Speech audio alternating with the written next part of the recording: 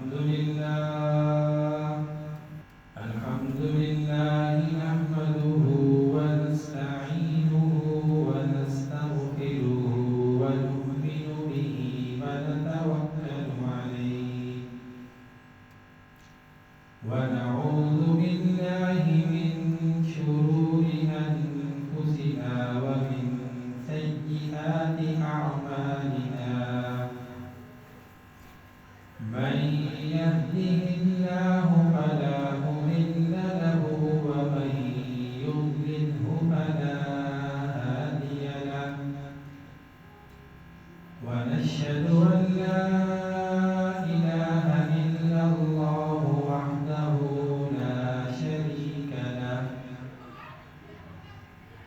لا شريك له ولا نذير له ولا معين له ولا مشير له ولا مثيل له وصل على سيد الرسل وخاتم الأنبياء قال الله تبارك وتعالى في كلام المجيد والفرقان الحميد أعوذ بالله من الشيطان الرجيم بسم الله الرحمن الرحيم إن هذا القرآن يهدي للتي هي أقوم ويبشر المؤمنين الذين يعملون الصالحات أن لهم أجرا كبيرا صدق الله العظيم وصدق رسوله النبي الكريم ونحن على ذلك لمن الشاهدين والشاكرين والحمد لله رب العالمين ہم نے ہر دور میں تقدیس رسالت کے لیے وقت کی تیز ہواؤں سے بغاوت کی ہے توڑ کر سلسلہ رسم سیاست کا قصور ایک فقط نام محمد سے محبت کی ہے واجب الاحترام سامعین کرام آج 13 جمادی الثانی 1447 ہجری اور 5 دسمبر جمعۃ المبارک کا دن ہے ابھی آپ کے سامنے قرآن کریم کی ایک آیت اس کی تلاوت کی ہے اللہ تعالیٰ قرآن کریم میں فرماتے ہیں إن هذا القرآن يهدي للتي هي أقوم ويبشر المؤمنين الذين يعملون الصالحات أن لهم أجرا كبيرا اللہ تعالیٰ فرماتے ہیں کہ بے شک ہم نے یہ قرآن اقوام یعنی پوری دنیا کی اقوام کی ہدایت کے لیے اتارا اور ان لوگوں کے لیے جس میں بشارت ہے جنہوں نے نیک اعمال کیے اور نبی صلی اللہ علیہ وسلم اور اللہ تعالیٰ کے بتائے ہوئے احکامات پر زندگی گزاری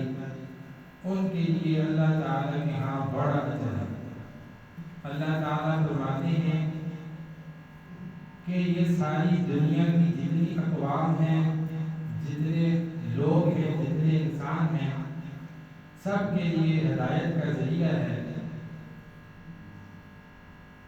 اگر کسی ایک قوم کی بات ہوتی تو صرف ایک قوم کا ذکر ہوتا لیکن اللہ تعالیٰ نے قرآن کریم میں تمام اقوام جو اس سے پہلے گزر چکی اگر وہ بھی ابھی موجود ہیں یعنی حضرت موسیٰ علیہ السلام کے ماننے والے حضرت عیسیٰ علیہ السلام کے ماننے والے تو اللہ تعالیٰ نے فرما دیا کہ اب ہدایت جو ہے وہ اس قرآن کریم کو ماننے میں ہی ہے یعنی جس نے ہدایت ہدایت پانی ہے، اور قرآن کریم کے مطابق جو زندگی گزارے گا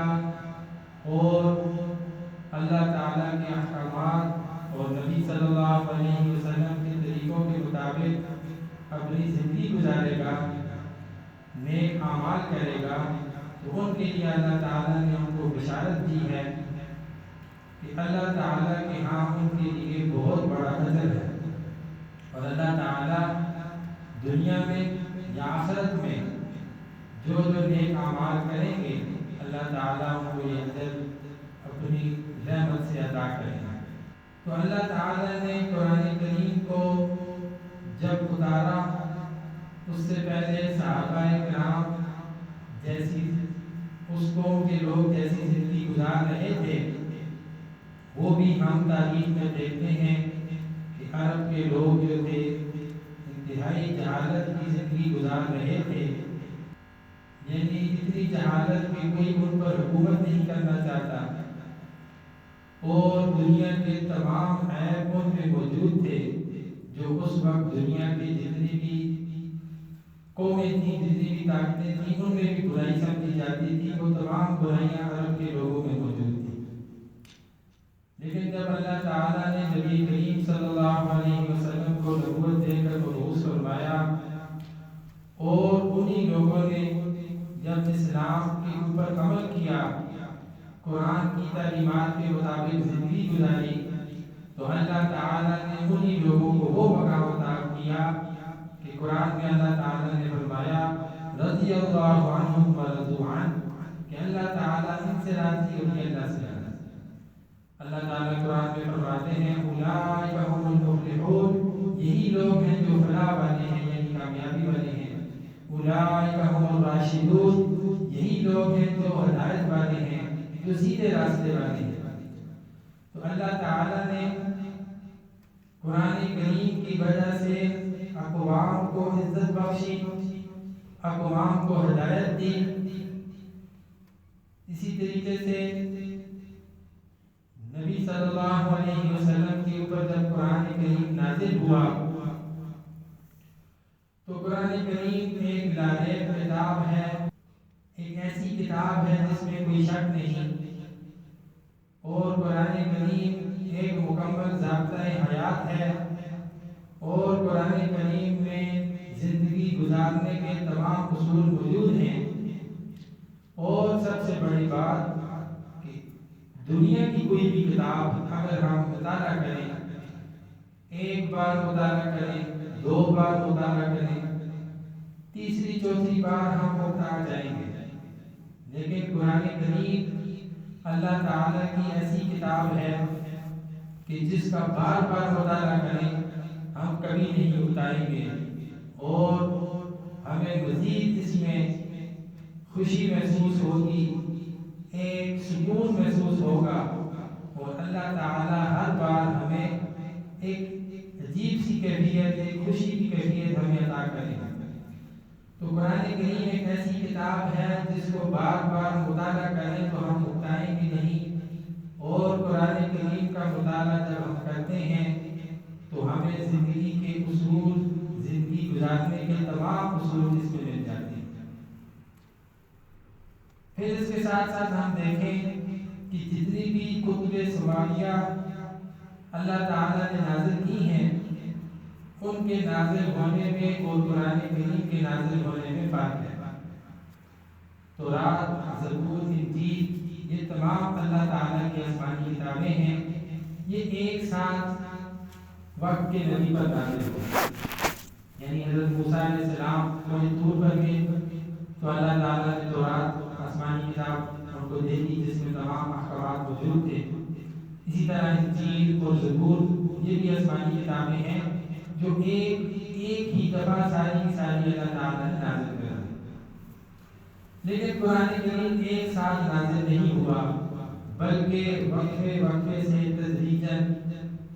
اس میں بھی اللہ تعالیٰ کی حکمت ہے کہ ایک واقعہ ابھی ہوا نہیں، اس کے احکامات پہلے آ جائیں، اس لیے کوئی بات ابھی ہونی ہے اس کے بارے میں حکم پہلے سے آ جائے، تو اس لیے اللہ تعالیٰ نے جو واقعہ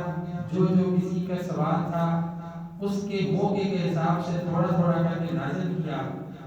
ہم اکثر قرآن کریم کے نزول میں دیکھتے ہیں کہ کسی صحابی کے، کسی کے ذہن میں یا کسی کے ساتھ کوئی واقعہ پیش ہوا تو اللہ تعالیٰ نے ان کی ہدایت کے لیے، ان کی رہنمائی کے لیے قرآن کریم کی آیتیں نبی صلی اللہ علیہ وسلم پر نازل کر دی اور قرآن میں احکامات بھی نازل کر دیے اس ایک خاص واقعے کی وجہ سے۔ تو اس وجہ سے اللہ تعالیٰ نے قرآن کریم کو تدریجاً وقفے وقفے سے تھوڑا تھوڑا کر کے نازل کیا۔ تو اللہ تعالیٰ نے قرآن کریم کے نزول میں جس طرح باقی کتابیں نازل کی اللہ نے، ان کے مقابلے میں قرآن کریم کو ایک اور ترتیب سے نازل کیا کہ جو واقعہ ہوا اس کے حساب سے تھوڑی سی آیتیں اللہ تعالیٰ نے قرآن کریم میں نبی صلی اللہ علیہ وسلم پر نازل کر دی۔ اس طرح کے بیشتر واقعات ہیں جو ہم سنتے رہتے ہیں، تو اس کی بھی، یہ بھی قرآن کریم کے اعجاز کی ایک دلیل ہے کہ جیسی موقع کی مناسبت ہوتی اللہ تعالیٰ اسی کے حساب سے احکامات اور اس کی تفصیلات نبی صلی اللہ علیہ وسلم پر اپنی آیتوں کی صورت میں نازل فرما دیتے ہیں۔ اب جب قرآن کریم نازل ہو رہا تھا تو جو مشرکین عرب تھے وہ قرآن کریم پر اعتراضات بھی کرتے تھے، اور یہاں یہ بات بھی سمجھنے کی ہے کہ اللہ تعالیٰ جس نبی کو مبعوث فرماتے ہیں اس نبی کو معجزہ یا اس نبی کو کتاب بھی وہی اس حساب سے نازل ہوتی ہے جو اس معاشرے میں کوئی چیز بہت زیادہ عام ہو۔ جیسے اس کی مثال ہے کہ موسیٰ علیہ السلام کے دور میں جادو کا بہت دور تھا کہ جادوگر تھے اور اس کا بہت زیادہ بول بالا تھا اور اس کو بہت زیادہ روک تھا۔ تو اللہ تعالیٰ نے جو موسیٰ علیہ السلام کو معجزات عطا کیے وہ اس کا توڑ تھے۔ موسیٰ علیہ السلام کے دو معجزے تھے، ید بیضا کے ہاتھ کو اس طرح نکال کے دکھاتے تو ان کا ہاتھ چمکنا شروع ہو جاتا۔ دوسرا معجزہ تھا کہ ان کے پاس ایک عصا تھا، جب اس کو وہ زمین پر پھینکتے تو وہ ایک اژدہا بن جاتا۔ تو اس دور میں چونکہ جادو کا دور تھا اس لیے اللہ تعالیٰ نے موسیٰ علیہ السلام کو جو معجزہ عطا کیا وہ اس جادو کا توڑ تھا۔ چنانچہ اس وقت فرعون نے جب موسیٰ علیہ السلام کے ساتھ ان کو بھی بلایا اور اپنے جادوگروں کی فوج بھی بلائی کہ موسیٰ علیہ السلام کے جو دو معجزے ہیں ان کے مقابلے میں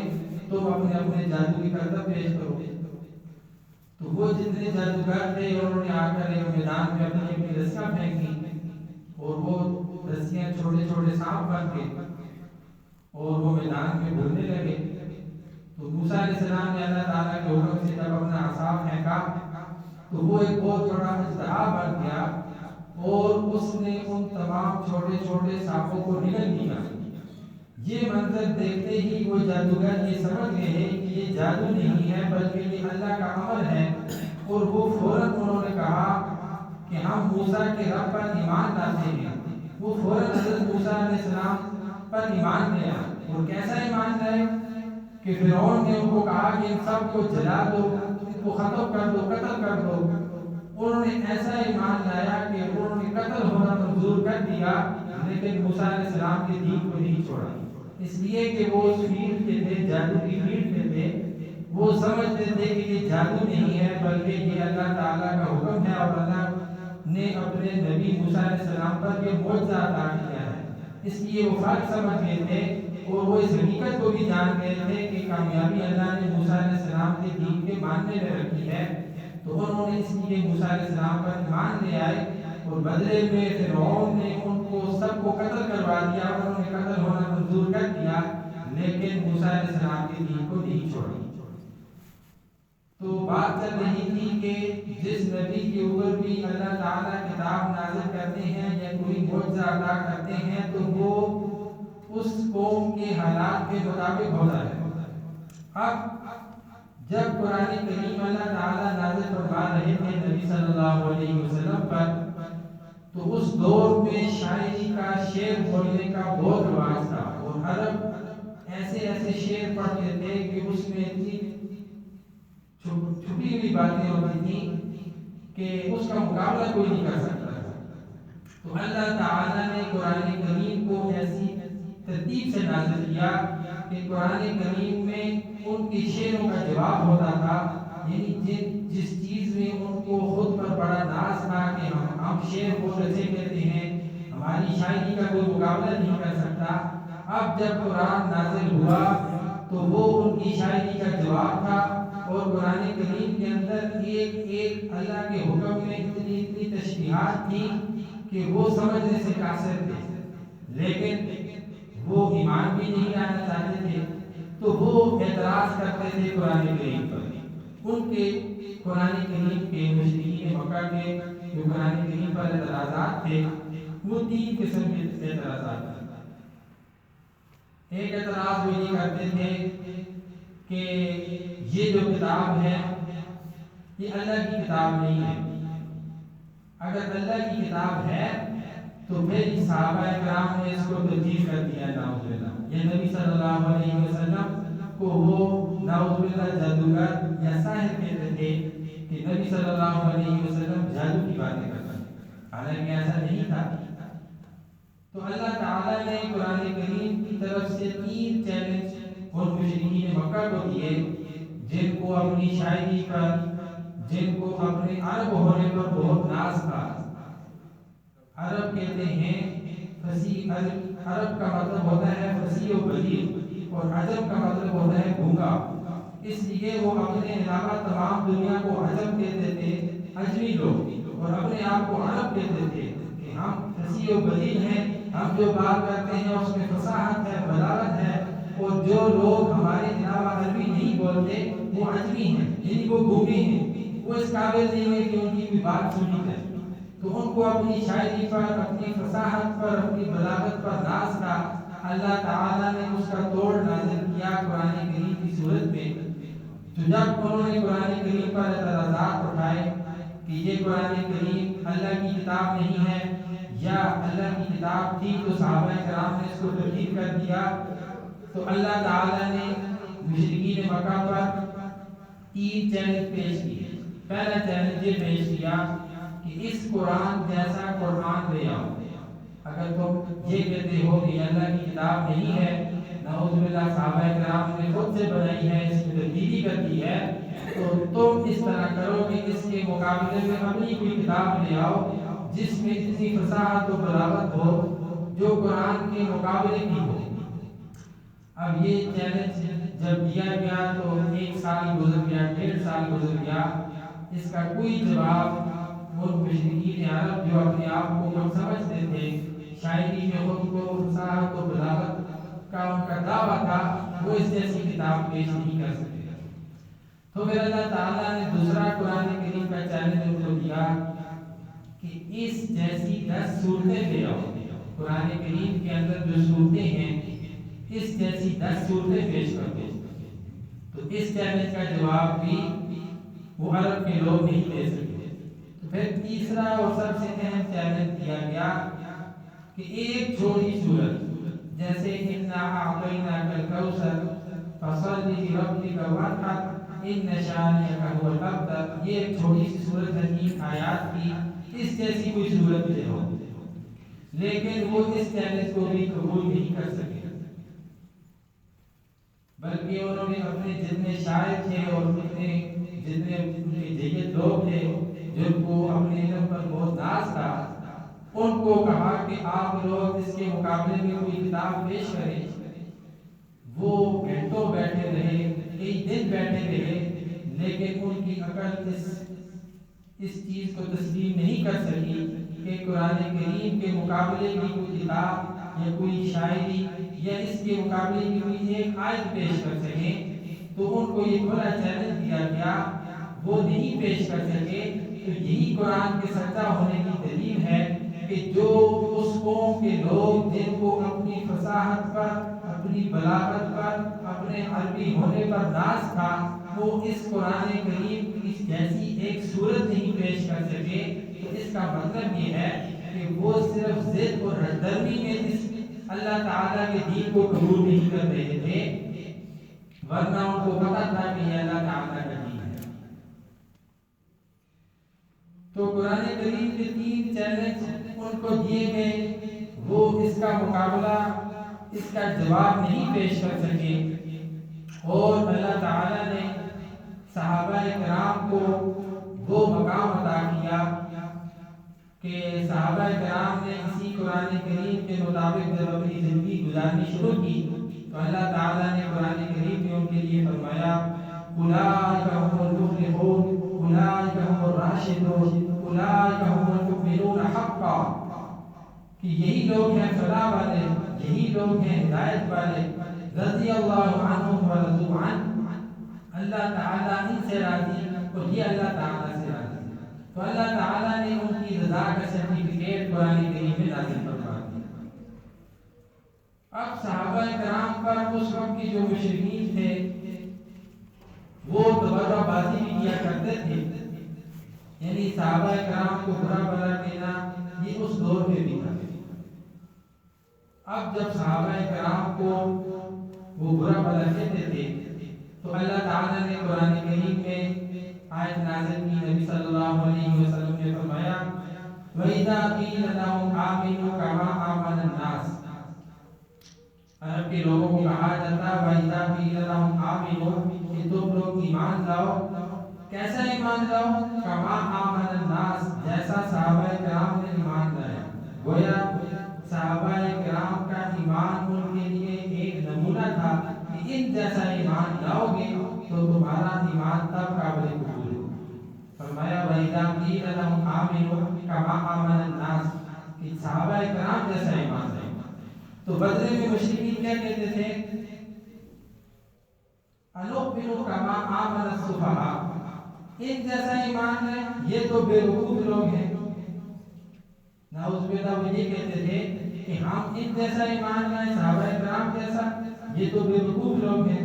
تو اللہ تعالیٰ کا ان صحابہ کرام کو، یعنی مشرکین کا صحابہ کرام کو بے وقوف کہنا برا بھی لگا، اور اللہ تعالیٰ نے صحابہ کرام کو، مشرکین کو یہ نہیں فرمایا کہ ان کو برا مت کہو، بلکہ اللہ تعالیٰ نے اسی آیت میں فرمایا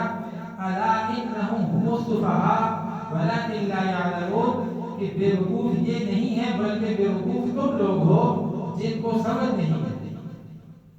یعنی صحابہ کرام پر اس وقت تبرہ بازی صاحب وہ مشرکین عرب بھی کیا کرتے تھے، اور فرمایا اور یہ کہا کرتے تھے کہ ہم ان جیسا ایمان نہیں لاتے، یہ تو بے وقوف لوگ ہیں۔ تو اللہ تعالیٰ نے اس کے جواب میں فرمایا کہ بے وقوف یہ نہیں ہے بلکہ بے وقوف تم لوگ ہو جو غفلت میں پڑے ہوئے ہو، جو اپنی زندگی کو فقط گزار رہے ہو، اپنا وقت گزار رہے ہو، اپنا وقت ضائع کر رہے ہو۔ اگر تم نے ایمان لانا ہے تو صحابہ کرام جیسا ایمان لاؤ، تب تم ایمان والے کہلاؤ گے۔ تو صحابہ کرام پر اس وقت بھی تبرہ بازی مشرکین مکہ کیا کرتے تھے، اور آج کے دور میں بھی کچھ لوگ صحابہ کرام کے خلاف تبرہ بازی کرتے ہیں، طرح طرح کی باتیں کرتے ہیں جن کا نہ کوئی ثبوت ہوتا ہے اور نہ کوئی ان کے پاس دلیل ہوتی ہے۔ تو اللہ تعالیٰ نے قرآن کریم میں یہ فرما کر اس چیز کو واضح کر دیا کہ صحابہ کرام کا جو ایمان ہے وہ صحیح ایمان ہے، اور صحابہ کرام کے ایمان کی اوپر جو سوال اٹھاتا ہے وہ خود بے ایمان ہے، وہ خود بے وقوف ہے۔ صحابہ کرام کو بے وقوف مت کہو، بلکہ جو صحابہ کرام کے بارے میں یہ لفظ بولتا ہے وہ خود بے وقوف ہے سب سے بڑا۔ آج کل ہم سنتے رہتے ہیں کچھ لوگ